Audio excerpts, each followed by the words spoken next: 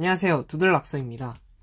자, 이번 시간에는 이제 오버라이딩과 정적 바인딩이라는 되게 어려워 보이는 주제에 대해서 한번 알아볼 건데요. 일단은 저번 시간에 아마 그 상속을 배우는 이유에 대해서 이제 설명을 하면서 다다음 시간에 제일 중요한 두 번째 이유를 배운다고 얘기를 했었는데, 제가 강좌를 다시 계획을 하다 보니까는 그 사이에 들어간 내용이 너무 이제 내용이 많아져가지고 그냥 79강에 이제 아마 상속이 필요한 이유에 대해서 79강에 이제 나올 거고, 그 전에 이제 두 강의를 얘기를 해볼게요. 그래서 이번 시간에는 어쨌든 오버라이딩이라는 거를 알아볼 건데, 자, 이제 오버라이드라는 단어가 조금 어려울 수도 있어요. 오버라이트라는 게 있고, 그거 말고 이제 오버라이드라는 게 있죠, 그죠? 오버라이드. 자, 그래서 오버라이드라는 얘기는 일단은 사전을 찾아보니까 이런 뜻이 있어요. 우선하다라는 뜻이 있어요. 그러니까 예를 들어서 A 오버라이드 B라고 하면은 A는 B보다 우선한다, 이런 뜻이 될 것 같은데, 자, 그러면 클래스에서 오버라이드가 된다, 그러니까 오버라이딩을 한다는 얘기가 어떤 건지 한번 알아볼게요. 자, 그래서 클래스를 두 개를 한번 만들어 볼게요. 그 전에 include를 해줘야겠죠, 그죠?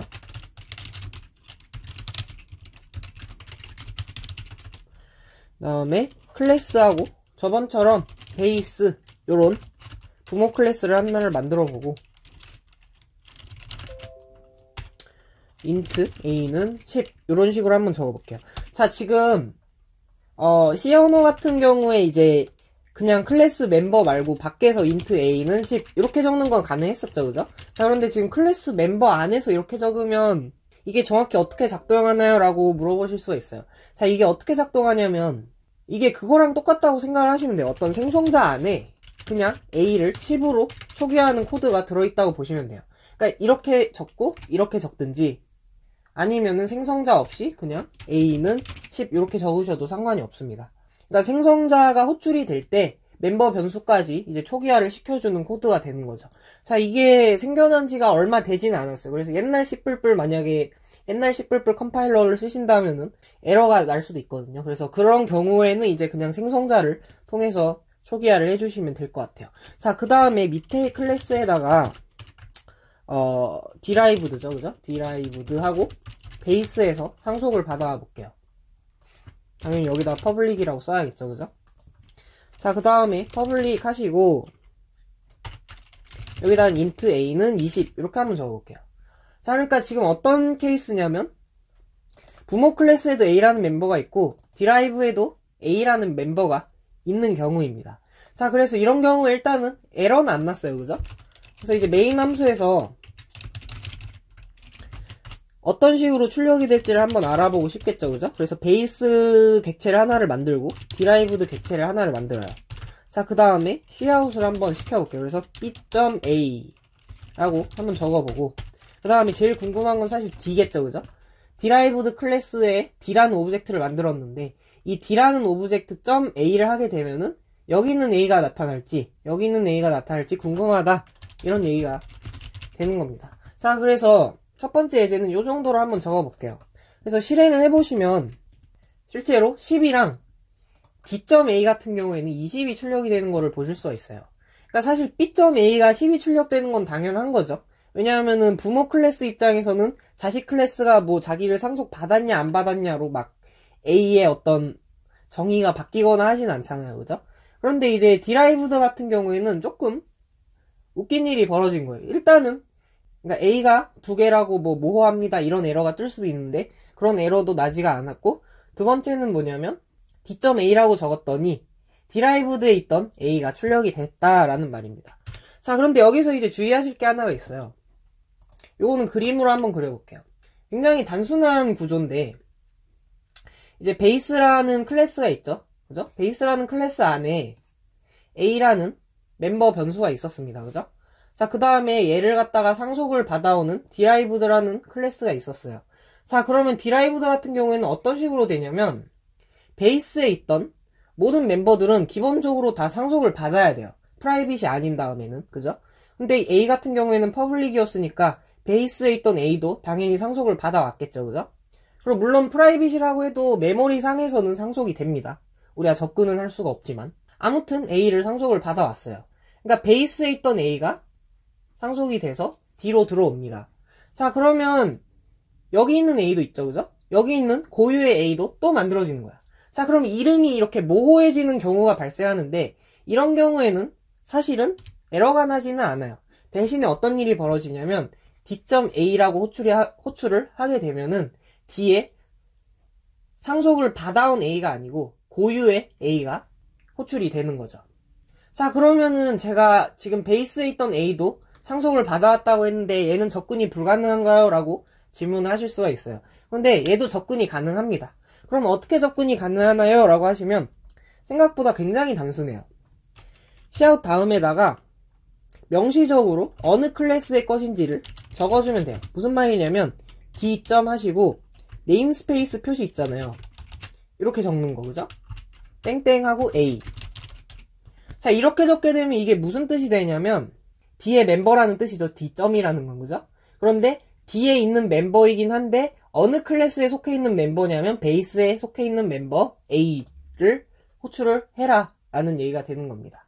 자, 그럼 마찬가지로 디라이브드에 있는 A를 출력을 하고 싶다라고 하면은 여기다 디라이브드 A 이런 식으로 적어주셔도 되고, 아니면은 어차피 D는 원래 디라이브드니까 그냥 D.A라고 적어도 디라이브드에 있는 A라는 값이 나오겠죠. 그래서 출력을 해보시면 밑에 있는 두 줄만 보시면 이제 10이랑 20이 출력이 되는 거를 보실 수가 있죠, 그죠? 그러니까 무슨 말이냐면 베이스에 있던 A가 출력이 됐고요, 10으로. 그 다음에 디라이브드에 있던 A도 20으로 출력이 됐네요. 자, 그러니까 여기서 중요한 건 뭐냐면 상속을 받아온 멤버도 있고 디라이브드에서 고유하게 선언된 멤버도 있을 때 만약에 이름이 같잖아요, 그죠? 이름이 같다면은 일단은 그냥 D.A라고 적게 되면은 자기 고유의 멤버가 우선한다라는 얘기예요. 부모 클래스보다 자기 고유의 멤버가 우선한다. 그래서 이름이 오버라이딩입니다. 그리고 또 많이 헷갈리시는 게 뭐냐면 또 오버로딩이라는 게 있죠, 그죠? 오버로딩. 자, 오버로딩 같은 경우에는 제가 사전을 찾아보진 않았어요. 근데 이제 오버로딩은 이름이 같은 여러 개의 함수를 정의할 수 있는 기능이 오버로드였죠, 그죠? 그래서 함수할 때 오버로딩이 나오는 거고 상속에서는 이제 오버라이딩이 나오는 거죠. 그리고 이거를 가끔씩 아까 얘기했던 오버라이트랑 또 헷갈리시는 분들이 있는데 오버라이트랑 뭔가 개념이 비슷해요. 그러니까 오버라이트는 덮어 쓰다라는 얘기거든요. 덮어 쓰다라는 얘기인데 사실은 여기 보시면은 A가 덮어 씌워진 게 아니죠, 그죠? A가 덮어 씌워진 게 아니고 그냥 자기 고유의 멤버가 부모 클래스의 멤버보다 우선하는 것 뿐인데 이거를 덮어 쓴다라고 만약에 오버라이트라고 착각을 하시면 조금 헷갈리실 수가 있어요. 그래서 오버라이딩이고 우선한다라는 뜻이구나, 이 정도만 알고 가셨으면 좋을 것 같아요. 자, 그 다음에 단순한 거 하나만 좀 해볼게요. 뭐냐면은 이제 멤버 변수만 오버라이딩 할 수 있는 게 아니고 실제로 멤버 메서드도 오버라이딩을 할 수 있어요. 자, 그래서 int a 여기 있는 거 있죠? 뭐 놔두셔도 상관은 없고 여기 밑에다가 void print라는 함수를 한번 만들어 볼게요. 자, 그 다음에 cout 하시고 얘는 베이스 클래스의 거니까 여기다가 from base 뭐 이런 식으로 한번 적어볼게요. 자, 그 다음에 마찬가지로 derived 같은 경우에도 프린트를 하는데 이번에는 베이스 클래스 게 아니고 derived 거니까 derived 이렇게 한번 적어볼게요. 자, 그 다음에 여기 있는 a를 갖다가 이제 프린트로 한번 고쳐볼게요. 그러니까 사실 여기서 이제 b 객체는 별로 필요가 없겠죠, 그죠? 이미 결과를 알고 있으니까. 그러니까는 일단은 d라는 객체에 좀 더 집중을 해보면 d.print라고 바꿔보고요. 그 다음에 d.base 땡땡 프린트 이렇게 한번 적어보고 d.derived에 프린트. 자, 이렇게 세 가지로 한번 호출을 해볼게요. 자, 오버라이딩을 잘 배우셨다면은 뭐 굳이 실행을 안 시켜보셔도 어떻게 실행이 결과가 뜰지는 예상이 가시죠, 그죠? 근데 이제 또 실행을 안 하면 섭섭하니까 한번 실행을 해봅시다. 자, 그래서 첫 번째 d.print라고 하게 되면은 아까 우선하는 거 얘기했었죠, 그죠? 그냥 프린트라고 적게 되면은 부모 클래스보다 자기 고유의 멤버가 우선하기 때문에 derived 클래스에 있는 멤버가 호출이 되고요, 그죠? 그 다음에 베이스라고 명시를 해줬으니까 베이스에 있던 프린트 함수가 호출이 되고, 마지막 드라이브드도 마찬가지로 드라이브드라고 뜨는 거를 확인을 할 수가 있겠죠, 그죠? 자, 진짜 오랜만에 제가 두 번째 예제를 한번 해볼게요. 그래서 뭐 두 번째 예제도 코드가 그렇게 많이 다르진 않은데, 그래도 주제가 다르니까 파일을 또 따로 만들어 봐야겠죠, 그죠? 그래서 뭐 여러분들은 상관없는데 저는 일단은 새로 파일을 만들어 봤어요. 자, 그래서 일단은 오늘 뭘 배운다고 얘기를 했었냐면 오버라이딩과 정적 바인딩 이라는 거에 대해서 알아본다고 했었는데, 이제 오버라이딩은 다 배웠어요. 그러면 이제 정적 바인딩은 도대체 뭐냐? 정적이 있으면 동적도 있나요? 이럴 수 있는데 동적도 있습니다. 그래서 동적 바인딩이라는 거에 대해서는 다음 시간에 알아볼 거고, 그리고 사실 정적 바인딩은 뭔가 객체 지향과는 조금 멀어진다고 해야 되나요? 조금 방해되는 느낌 같은 건데, 이제 C++에서는 정적 바인딩이라는 개념이 있습니다. 그래서 뭐 자바나 C# 같은 경우에는 이런 정적 바인딩이라는 현상이 잘 일어나지가 않아요. 그런데 이제 C++은 이런 현상이 벌어집니다. 그래서 이번 시간에는 이런 현상들이 왜 벌어지고 뭐가 문제점인지 이런 것들에 대해서 조금 더 느끼고 가셨으면 좋을 것 같아요. 자, 그래서 정적 바인딩이라는 거에 대해서 알아볼 건데, 자, 일단은 예제는 아까 여기 있는 베이스랑 드라이브도 있죠, 그죠? 얘를 똑같이 복사 붙여넣기를 해볼게요. 위에 이것도 있어야겠네요, 그죠? 뭐 여기 있는 A는 이제 굳이 필요는 없으니까 지우고, 자, 이런 거를 한번 해볼게요. 어떤 게 있냐면 C 언어에 이런 게 있습니다. int A라고 한번 해볼게요. 그 다음에 차를 가리키는 포인터를 하나를 만들어요. 자, 그러면 P는 AND A 이렇게 적게 되면은 에러가 난다는 거를 C 언어를 조금 심도 있게 배우셨으면 금방 아실 거예요. 자, 그런데 C++에는 조금 특이한 기능이 있어요. 그게 뭐냐면, 만약에 derived D라는 게 있고요, 그죠? 그 다음에 베이스를 가리키는 포인터를 만들잖아요. 베이스를 가리키는 포인터를 만들면은 얘는 derived를 가리킬 수 있습니다. 실제로 에러가 안 떠요. 자, 그래서 일단은 타입이 달라도 C++에서는 예외적으로 부모 클래스의 포인터가 자식도 가리킬 수 있다는 점을 먼저 알고 한번 가볼게요. 자, 이게 왜 그렇냐면은 이런 거예요, 사실은. 예를 들어서 남자랑 총각 얘기 있죠, 그죠? 자, 베이스가 남자가 되겠고요, 그죠? 그 다음에 derived가 총각입니다, 그죠? 이게 뭔 말인지 모르시면은 상속 처음 강좌 보시면 알 수가 있어요. 그래서 베이스가 있고 derived가 있는데, 항상 베이스는 남자의 비율을 하고 derived는 총각의 비율을 합니다. 자, 그래서 만약에 베이스를 가리키는 포인터가 있어요. 그러니까 남자를 가리키는 포인터가 있는데, 남자를 가리키는 포인터가 남자를 가리키는 건 문제가 없죠, 그죠?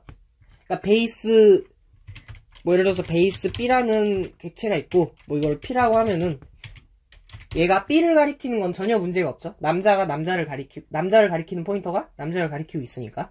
자, 그러면은 남자가 가리키는 포인터가 총각도 가리킬 수 있나요? 라는 말이에요. 그러니까 이것도 문제가 없겠죠, 사실은. 그러니까 남자를 가리키는 포인터가 남자에 포함되는 총각을 가리키는 거는 문제가 없어요, 논리적으로. 그렇기 때문에 C++에서 부모를 가리키는 포인터가 자식을 가리키는 거에 대해서 에러를 내지 않는 겁니다. 어쨌든 지금은 꼭 알아둬야 되는 거는 부모 클래스의 포인터가 자식도 가리킬 수 있다라는 내용입니다. 그래서 여기까지 아셨으면 메인 함수를 한번 들어가 볼게요. 메인 함수 안에서 베이스에 B를 갖다가 이런 짓을 한번 해볼게요. new derived라고 한번 적어볼게요. 자, 이게 갑자기 보시면 좀 당황하실 수도 있는데 이런 얘기죠. derived 타입의 객체를 동적 할당하고 그 포인터를 갖다가 B에다가 저장을 하라 라는 얘기죠, 그죠? 그러니까 메모리상의 어떤 공간에다가 derived라는 타입을 가진 객체가 동적 할당이 될 건데, 그 객체의 주소가 B에 들어가게 되겠죠, 그죠? 자, 그 다음에 이렇게 한번 적어볼게요. B 화살표 프린트. 자, 화살표 표시도 갑자기 나와서 생소하실 수가 있는데, 자, 이거는 그거죠. 뭐랑 같다고 제가 얘기를 했었냐면은 이렇게 적는 거랑 똑같다고 얘기를 했었죠, 그죠? 그래서 이렇게 적는 게 좀 불편하니까 그냥 이렇게 적자라고 한 겁니다. 자, 그 다음에 딜리트도 해줘야겠죠, 그죠? 자, 어쨌든 이런 코드가 있는데, 자, 그러면 이거예요. B에다가 프린트를 시키면은, 자, 이번에는 이 B라는 애가 가리키는 타입은 베이스예요, 그죠? 근데 실제로 가리키고 있는 객체의 타입은 디라이브드란 말이에요. 자, 그러니까 이게 그림으로 그리면 이런 얘기가 돼요. B라는 포인터가 있고요, 그죠? 얘는 베이스를 가리키는 포인터입니다, 그죠? 포인터. B라는 포인터가 있어요. 자, 그리고 이 B라는 포인터가 메모리상의 어떤 공간에 동적 할당이 된 디라이브드 타입의 공간을 가리키고 있는 상황인 거죠, 그죠? 자, 이런 상황에서 이제 만약에 여기다가 비화살표 프린트라고 적게 되면은 이게 과연 B가 가리키고 있는 디라이브드라는 공간으로 가서 이 디라이브드에 있는 고유의 프린트를 호출을 할지, 아니면은 이 B라는 애가 본질적으로는 베이스를 가리키는 포인터니까 베이스에 있는 프린트를 호출을 할지 한번 생각을 해보자 라는 얘기입니다. 그러니까 그냥 결론적으로 얘기를 하자면 여기 있는 cout from base가 출력이 될 거냐, 아니면 cout from derived가 출력이 될 거냐, 이거를 제가 물어보는 겁니다. 자, 그래서 궁금하시면 실행을 한번 해보세요. from base가 출력이 되는 거를 보실 수가 있죠. 저는 사실 이거 처음 배울 때 굉장히 놀랬습니다. 왜냐하면은 저는 그래도 B라는 애가 가리킬 수 있는 타입은 베이스라고 하더라도 B가 실질적으로 가리키고 있는 객체는 타입이 디라이브드이기 때문에 디라이브드에 있는 프린트가 호출이 될 거라고 생각을 했어요. 근데 그렇지가 않죠, 그죠? 베이스에 있는 프린트가 호출이 되는 거를 보실 수가 있어요. 자, 그럼 도대체 왜 이런 현상이 벌어지냐? 이게 제일 중요한 부분이거든요, 사실은. 이게 이제 다음 시간과도 연결되는 부분이에요, 사실은. 자, 그래서 왜 디라이브드가 아니고 베이스에 있는 프린트가 호출이 됐냐? 이런 얘기예요, 사실은. 예를 들어서 디라이브드에도 프린트라는 함수가 있었습니다, 그죠? 근데 만약에 디라이브드2라고 한번 해볼게요. public base. 자, 만약에 베이스를 상속을 받는 클래스가 하나 더 있었는데 이 클래스에는 프린트라는 함수가 오버라이딩이 되지 않은 상태라고 생각을 해볼게요. 그러니까 여기에는 프린트라는 함수가 정의가 돼 있었지만 디라이브드2에는 프린트라는 함수가 정의가 되어 있지 않은 경우겠죠. 자, 그런 경우에 이런 식으로 한번 생각을 해볼게요. 물론 딜리트를 먼저 했어야 되겠네요, 그죠? 근데 일단 딜리트는 신경 쓰지 말고 이런 식으로 한번 생각을 해볼게요. 자, 그 다음에 비화살표 프린트를 하면은 여러분들이 C++ 언어를 만드는 개발진들이라고 한번 생각을 해보세요. 자, 그러면은 자, 이런 경우에는 디라이브드에 있는 프린트가 호출이 되게 만들었다고 가정을 해볼게요. 실제로는 여기 있는 프린트가 호출이 되었지만. 자, 그래서 여기까지는 문제가 없어요.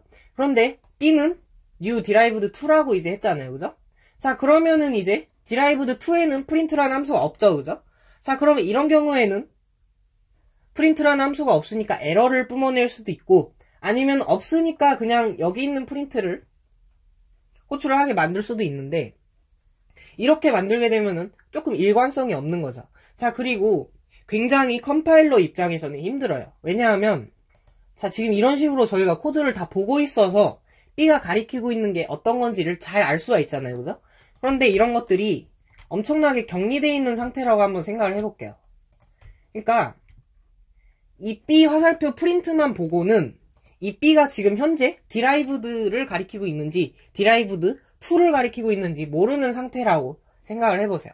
자, 이런 상황에서 베이스에 있는 프린트를 호출을 해야 되나 아니면 디라이브드에 있는 프린트를 호출을 해야 되나를 결정하는 문제는 굉장히 어렵습니다. 그리고 B가 베이스를 가리키고 있다고 생각을 해보세요. B가 또 베이스를 가리키고 있었다면 베이스에 있는 프린트를 호출을 해야 될 거잖아요. 자, 그러니까 너무 생각할 게 많은 거예요. 자, 그러니까 그냥 귀찮으니까 너무 뭔가 일관성도 없고 이런 것들을 컴파일러에게 맡기기에는 너무 이제 이런 문제점들이 많이 등장을 하니까 그냥 비화살표 프린트라고 적으면은 그냥 이 B의 타입은 바로 알 수가 있는 거잖아요, 그죠? 여기에서 한번 선언을 하면은 B의 타입 자체가 바뀌진 않으니까.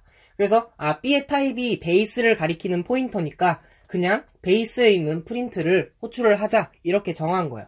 자, 그래서 이게 정적 바인딩이라는 거예요. 그래서 바인딩이 뭐냐면은 이런 문구들이 나왔을 때 이 B라는 뭔가 모호한 포인터를 갖다가 어떤 타입을 가리키는 포인터로 결정을 해야 되냐라는 라는 거를 바인딩이라고 얘기를 해요. 그러니까 지금 B 화살표 프린트라고 적으면은 이 B를 베이스처럼 취급을 해야 되냐, 디라이브드처럼 취급을 해야 되냐, 디라이브드2처럼 취급을 해야 되나 라고 결정을 하는 문제들을 갖다가 바인딩이라고 부릅니다. 자, 그래서 정적 바인딩은 뭐냐면은 다 귀찮으니까 그냥 컴파일 시간에 이 B라는 애가 보이면은 이 B라는 애는 그냥 베이스를 가리키는 포인터라고 가정을 하자 라고 얘기를 하는 거예요. 그래서 정적 바인딩입니다. 동적 바인딩은 뭐냐면 간단히 얘기를 하자면은 이 B라는 애가 어떨 때는 베이스도 될 수 있고 어떨 땐 디라이브드도 될 수 있고 어떨 땐 디라이브드2가 될 수도 있는 이런 상황을 갖다가 동적 바인딩이라고 얘기를 하는 거예요. 자, 그래서 C++은 기본적으로 아무 짓도 하지 않으면 정적 바인딩이라는 현상이 일어나요. 그 말은 뭐냐면 베이스 포인터로 다른 객체들을 가리키고 있을 때 B 화살표 프린트라고 적게 되면은 베이스에 있는 멤버가 무조건 호출이 된다. 오버라이딩이 된 케이스라도 이 B라는 애가 지금 현재 가리키고 있는 객체의 타입이 뭔지 모르니까 그거를 알아내는 과정을 거치지 않고 그냥 그런 과정들이 귀찮으니까 그냥 B라는 애는 무조건 베이스를 가리키고 있다고 가정하고 베이스에 있는 프린트를 호출을 해라 라는 얘기입니다. 굉장히 어렵죠, 사실은. 자, 그래서 이번 시간에는 뭐 더 이상 뭐 실행을 시키거나 할 건 없고요. 이것만 아셨으면 좋겠어요. 자, 첫 번째, 상속에서 부모를 가리키는 포인터가 있잖아요. 부모를 가리키는 포인터는 부모를 가리킬 수도 있지만 자식을 가리키는 것도 상관이 없다라는 얘기고요. 자, 그렇기 때문에 만약에 이런 식으로 적게 되면은 이 B라는 애가 현재 가리키고 있는 객체가 부모 타입인지 자식 타입인지를 판별할 수 없다라는 얘기입니다. 판별하기가 굉장히 어렵다라는 얘기예요. 자, 그래서 그런 경우에 귀찮으니까 그냥 오버라이딩 이런 것들을 신경 쓰지 말고 무조건 그냥 이런 경우에는 부모 클래스에 있는 멤버를 호출을 해라 라고 하는 게 정적 바인딩이라는 내용이고 C++에서는 기본적으로 정적 바인딩이라는 현상이 나타난다라는 얘기입니다. 제가 방금 한 말이 이해가 안 되시면 다시 처음부터 듣고 오시는 거를 추천을 드릴게요. 왜냐하면은 사실 상속에서 제일 중요한 부분이 정적 바인딩이랑 동적 바인딩이고 이거를 이해를 못 하신다면 상속을 제대로 이해를 못 하신 거겠죠, 그죠? 그러니까 정적 바인딩이 어떤 현상이고 어떻게 발생을 하는 거고 왜 발생을 하는 건지 이 정도만 이해를 하시고 다음 시간에 이제 동적 바인딩에 대해서 알아볼게요. 그래서 이번 시간에는 여기까지 하도록 하고 다음 시간에 뵙도록 하겠습니다. 감사합니다.